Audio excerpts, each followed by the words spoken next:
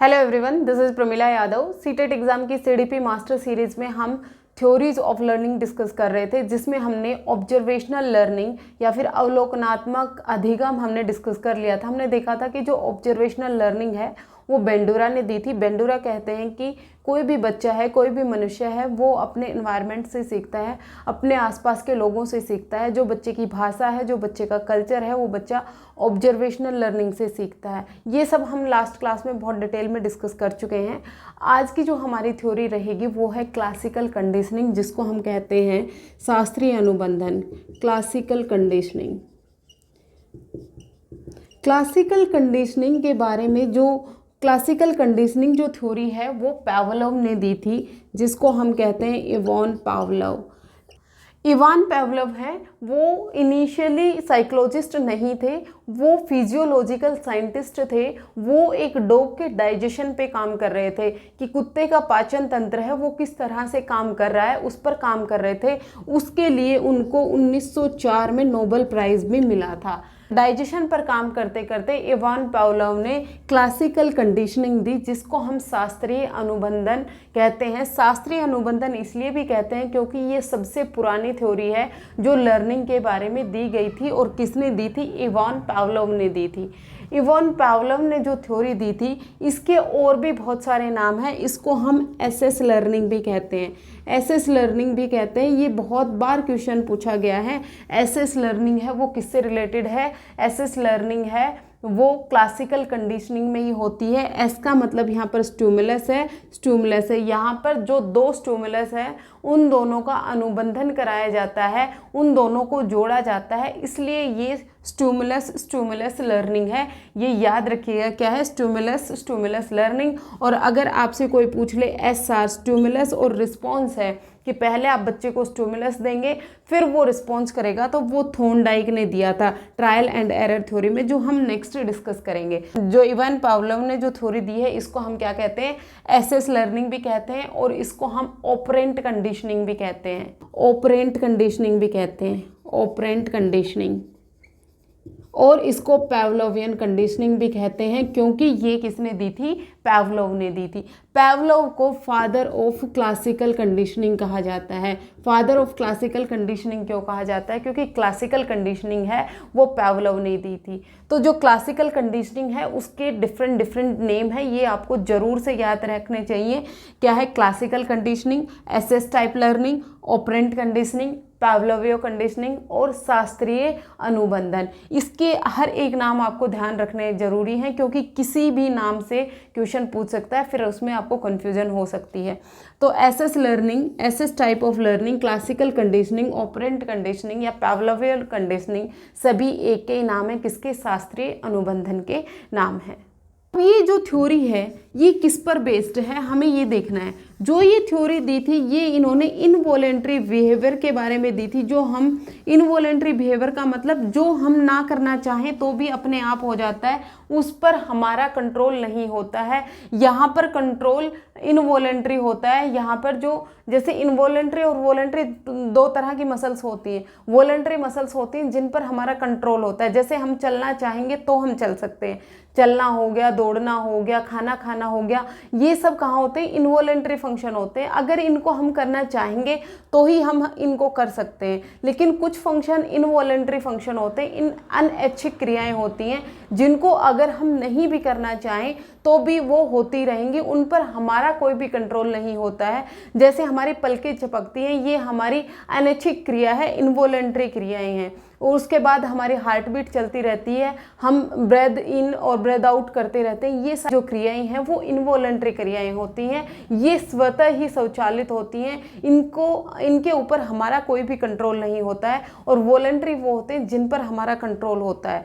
तो जो ये थ्योरी है ये इनवॉलेंट्री बिहेवियर के बारे में। इनवॉलेंट्री बिहेवियर का मतलब क्या है कि आप बच्चे के सामने खाना लेकर आओ, जब अगर खाना बच्चे की पसंद का है, उसमें से बहुत अच्छी खुशबू आ रही है, तो मुंह में से लार आ जाती है। मुंह में से लार का आना एक अनैच्छिक क्रिया है, एक इनवॉलेंट्री क्रिया है जिस पर हमारा कंट्रोल नहीं है। अगर खाने की खुशबू बहुत अच्छी आ रही है तो भी अगर हम लार को रोकना चाहें, सलाइवा को रोकना चाहें तो भी वो नहीं रुकती है। मतलब वो क्या है? एक इनवॉलेंट्री बिहेवियर है, हमारा एक इनवॉलेंट्री एक्शन है। ये थ्योरी है, ये इनवॉलेंट्री एक्शन पर काम करती है।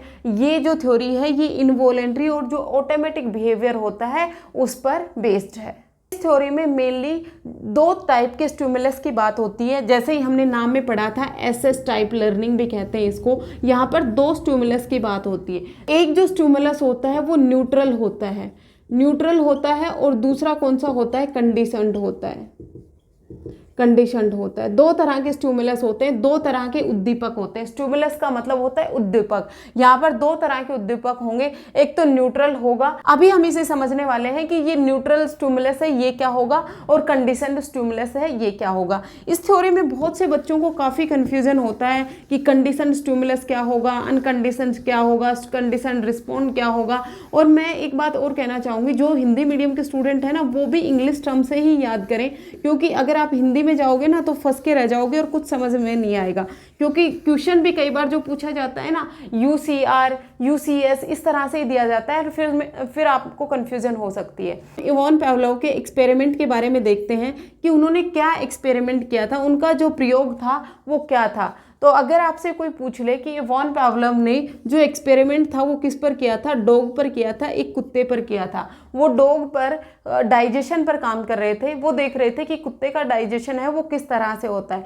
उन्होंने देखा कि जब भी कुत्ते के पास खाना लाया जाता है तो कुत्ता लार छोड़ता है, मतलब जो स्लाइवा है उसका सीक्रेट करता है। फिर उसने देखा कि जब भी उसके पास खाना आ रहा है, खाने की स्मेल से ही, जब उसे खाने की खुशबू आ रही है या फिर जो खाना लेके आने वाला है उसके पैरों की आवाज़ सुनते ही कुत्ता लार छोड़ना शुरू कर देता है, कुत्ता स्लाइवा सीक्रेट करना शुरू कर देता है। जब उन्होंने देखा कि वो खाना अभी उसके पास पहुंचा भी नहीं है, उससे पहले ही उसे लार आना शुरू हो गई, मतलब यहाँ पर कंडीशनिंग हो गई है, यहाँ पर अनुबंध हो गया है। यहाँ पर 3 कंडीशन बनेंगी, उनको हम एक एक करके समझते हैं। सबसे पहले आएगा बिफोर कंडीशनिंग। बिफोर कंडीशनिंग में क्या आएगा, बिफोर कंडीशनिंग में जब भी कुत्ते के पास फूड लाया गया, जब भी कुत्ते के पास खाना लाया गया तो वहाँ पर स्लाइवा का एक्सक्रीशन हुआ, मतलब वहाँ पर लार कुत्ते ने छोड़ी। यहाँ पर ये जो फूड है ये UCS है और जो लार ये छोड़ रहा है ये UCR है। अब ये समझिए UCR और UCS क्या है, अनकंडीशनड स्टिमुलस, मतलब ये क्या है, उद्दीपक है। अब ये उद्दीपक क्या होता है, उद्दीपक कोई भी एक ऐसी चीज हो सकती है जो हमें कार्य करने के लिए बाधित करती है, जो हमें एक्साइट करती है कि हमें ये काम करना है। हम पढ़ क्यों रहे हैं, क्योंकि हमें एग्जाम क्लियर करना है। जो एग्जाम है वो हमारे लिए स्टिमुलस का काम कर रहा है, वो हमारे लिए उद्दीपक का काम कर रहा है। तो लार का आना किस पर डिपेंड हुआ, लार का आना हुआ फूड पर डिपेंड हुआ, फूड की खुशबू पर हुआ। जैसे ही खाने की खुशबू आएगी तब लार आएगी। तो लार का आना क्या हुआ, रिस्पॉन्स हुआ, मतलब ये क्या है, अनुक्रिया है।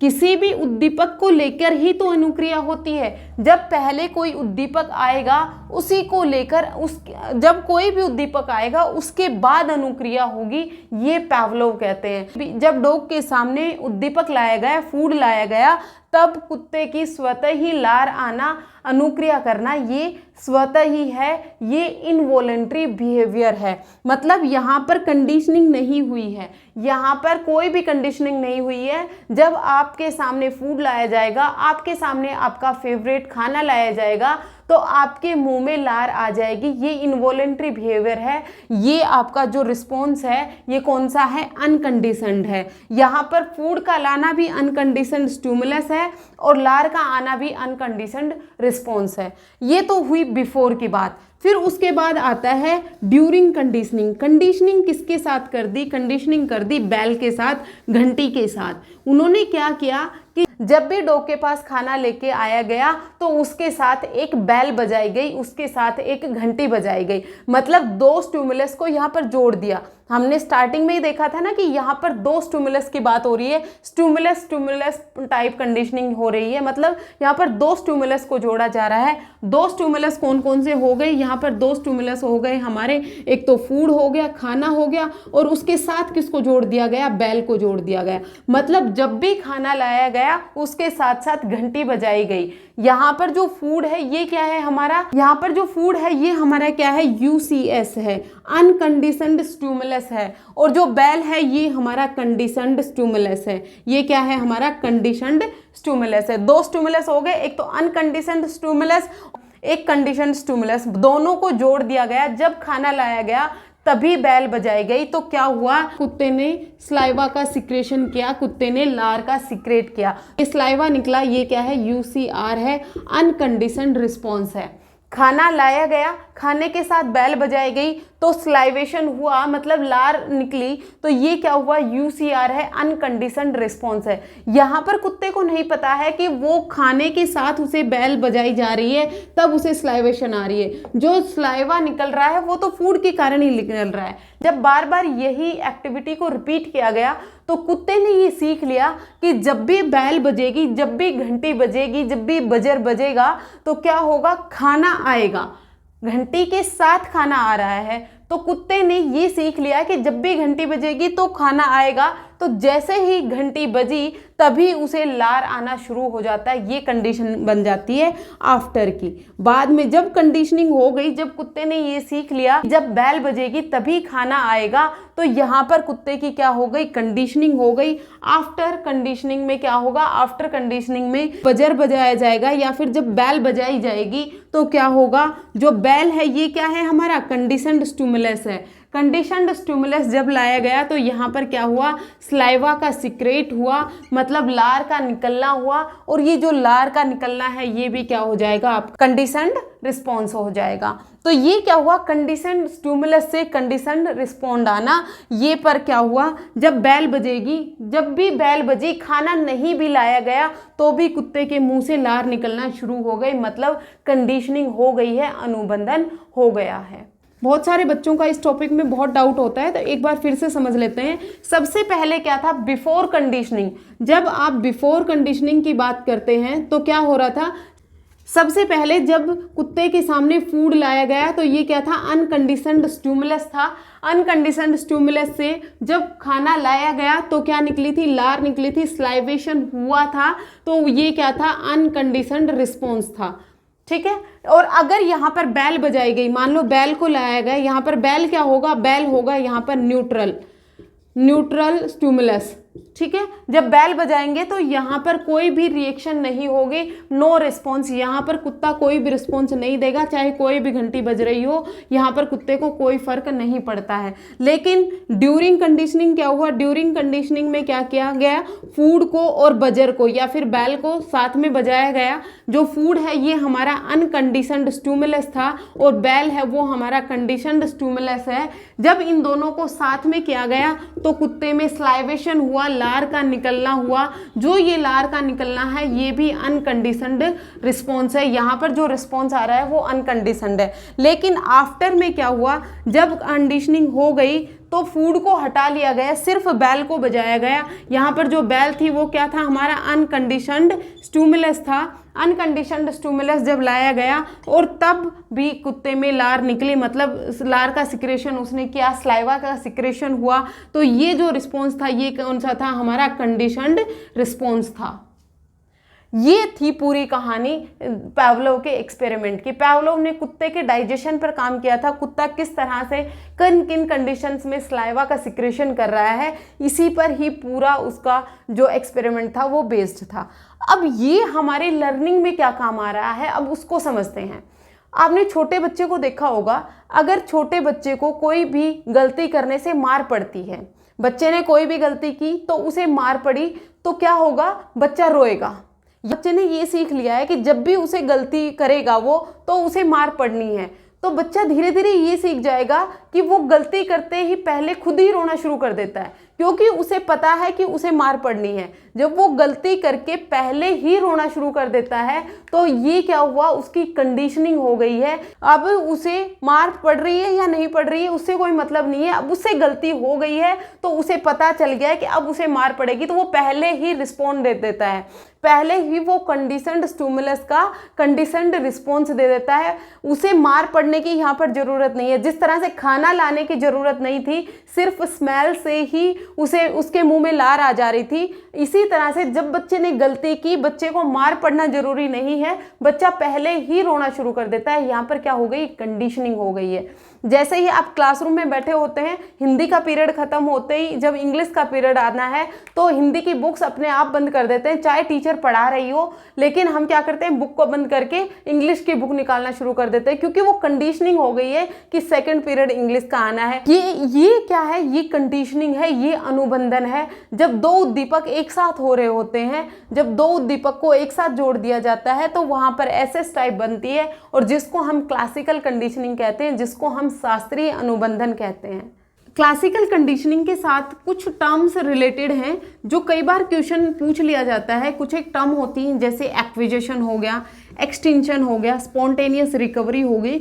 यहाँ से कई बार क्वेश्चन पूछ लिया जाता है कि ये जो टर्म्स हैं ये कौन सी थ्योरी से रिलेटेड है। जैसे आपको दे देगा स्पॉन्टेनियस रिकवरी है, वो कौन सी थ्योरी से रिलेटेड है, आपको कोई भी 4 थ्योरी दे देगा कि ये क्लासिकल कंडीशनिंग से है, ये ट्रायल एंड एरर थ्योरी से है, या फिर ये इंस्ट्रूमेंटल कंडीशनिंग से है। इस तरह के क्वेश्चन भी कई बार पूछ लिए जाते हैं। तो सबसे पहली जो एक टर्म है वो आती है एक्विजिशन।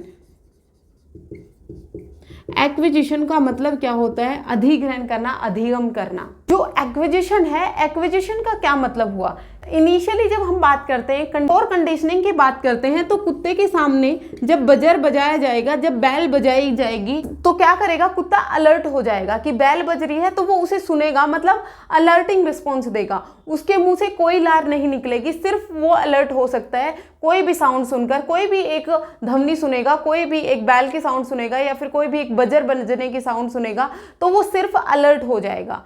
उसके बाद क्या हुआ, जब बैल को और फूड को दोनों को साथ लाया जा रहा था, जब कुत्ते ने ये सीख लिया कि जब भी बैल बजेगी तो फूड लाया जाएगा, जब भी कोई मनुष्य उसके पास चलकर आएगा, जब भी उसके पैरों की आवाज़ आएगी तो क्या आएगा, खाना आएगा। तो यहाँ पर क्या होगा, स्लाइवेशन होगा, मतलब लार का निकलना होगा, लार का निकलना।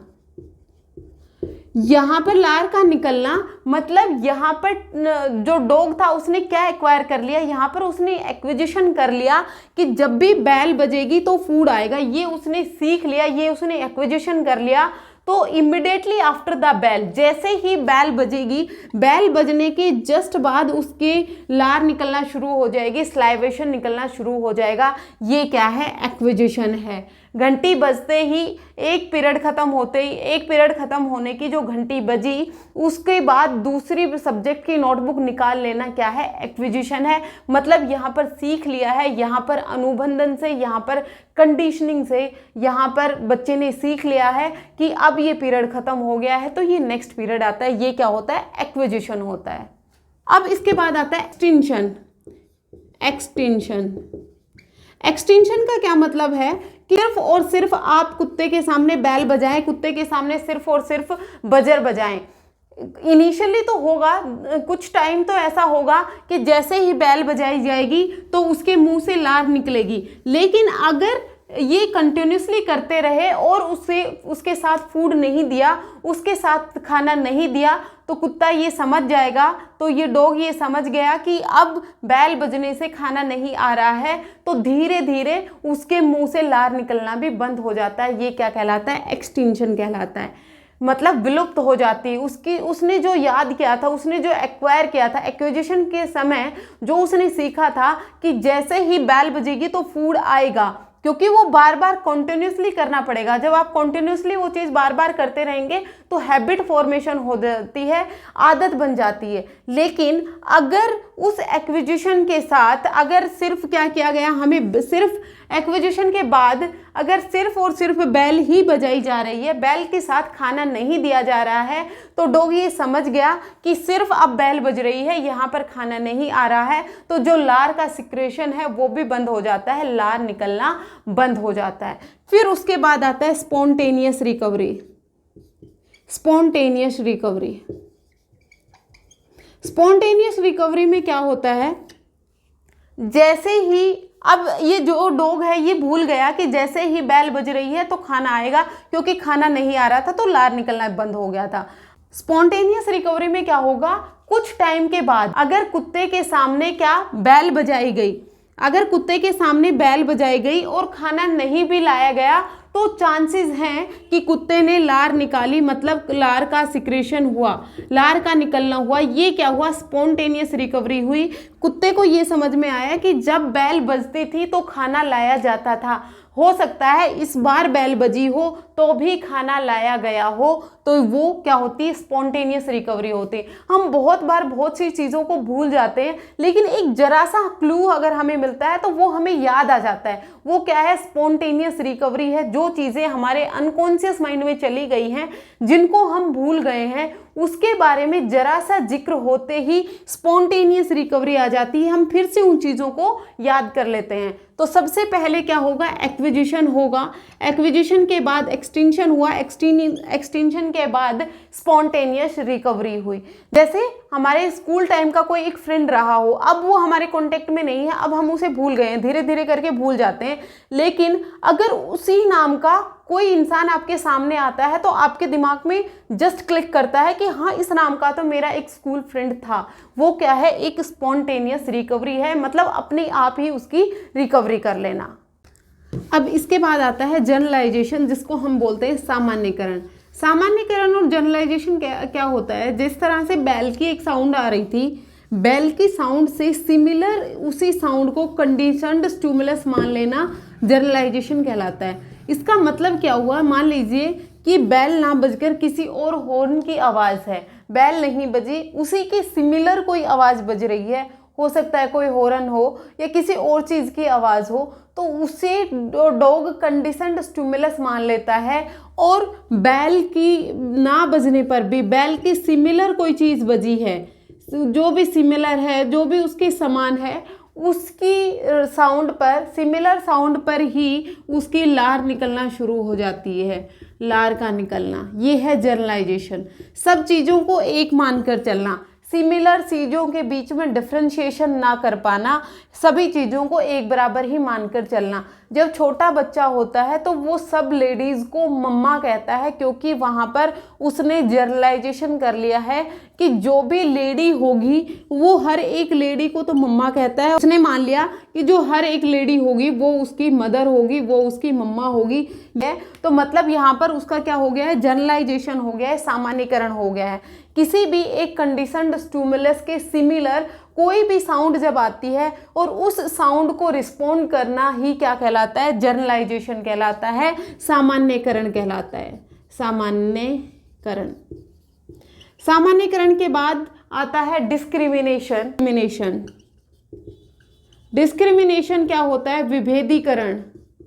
विभेदीकरण ये जनरलाइजेशन से जस्ट अपोजिट होता है, जस्ट इसका उल्टा होता है। यहाँ पर बच्चा डिस्क्रिमिनेट कर पाएगा, यहाँ पर जो ये डॉग था, ये बैल साउंड का या फिर किसी डिस्क्रिमिनेट कर पाएगा कि जो साउंड आ रही है वो बैल की आ रही है या किसी और चीज़ की है। यहाँ पर वो विभेद कर पाता है, डिस्क्रिमिनेशन कर पाता है। दो साउंड्स के बीच में दो सिमिलर साउंड्स होंगी, वहाँ पर वो डिस्क्रिमिनेशन कर पाता है। वहाँ पर ये समझ पाएगा कि कौन सा कंडीशनड स्टिमुलस है और कौन सा न्यूट्रल स्टिमुलस है। जो न्यूट्रल स्टिमुलस क्या होगा, जिसकी कंडीशनिंग नहीं हुई है। फूड के साथ कंडीशनिंग किसके साथ हुई थी, बैल के साथ हुई थी, इसलिए ये कंडीशनड स्टिमुलस है।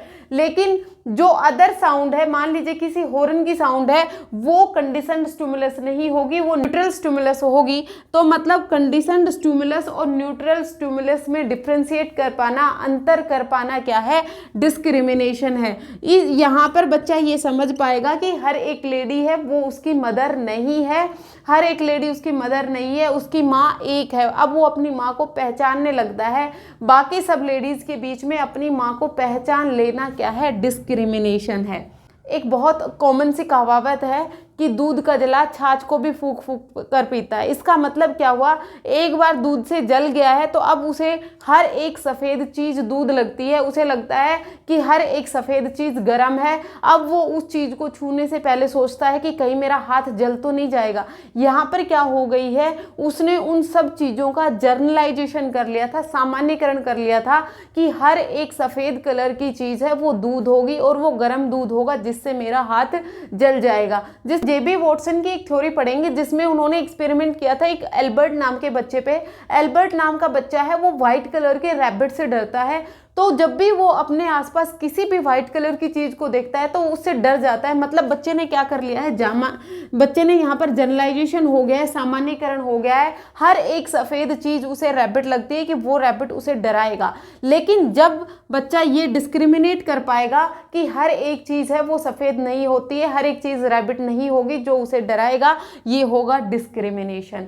अब सवाल आता है कि ये जो थ्योरी है क्लासिकल कंडीशनिंग है, ये हमारी एजुकेशन में किस तरह से काम आती है, टीचिंग लर्निंग प्रोसेस में हम किस तरह से इसका फ़ायदा उठा सकते हैं। सबसे पहले जो क्लासिकल कंडीशनिंग है वो कहती है कि आप बच्चे को हैबिट फॉर्मेशन करवाओ, आदत का निर्माण करवाओ। आदत का निर्माण कैसे होगा, जब हम दो स्टिमुलस को एक साथ जोड़ देंगे, जब दो स्टिमुलस का अनुबंधन करवा देंगे, दो स्टिमुलस को, एक न्यूट्रल स्टिमुलस और एक कंडीशनड स्टिमुलस, दोनों को एक साथ बिठाओ, एक साथ काम करवाओ, तो वहां पर लर्निंग बेहतर तरीके से हो पाएगी। क्लासिकल कंडीशनिंग में कहा गया है कि दो स्टिमुलस को आप जोड़ दो, दो स्टिमुलस का आप अनुबंधन करवा दें। जहां पर दो स्टिमुलस का अनुबंधन हो जाएगा, जहां पर दो स्टिमुलस की, एक कंडीशनड स्टिमुलस और एक न्यूट्रल स्टिमुलस की जब कंडीशनिंग हो जाएगी, तो वहां पर बच्चा अपने इनवॉलेंट्री बिहेवियर को शो करता है, मतलब लर्निंग अपने आप हो जाएगी। जब आप दो स्टिमुलस को कंडीशन करवा दोगे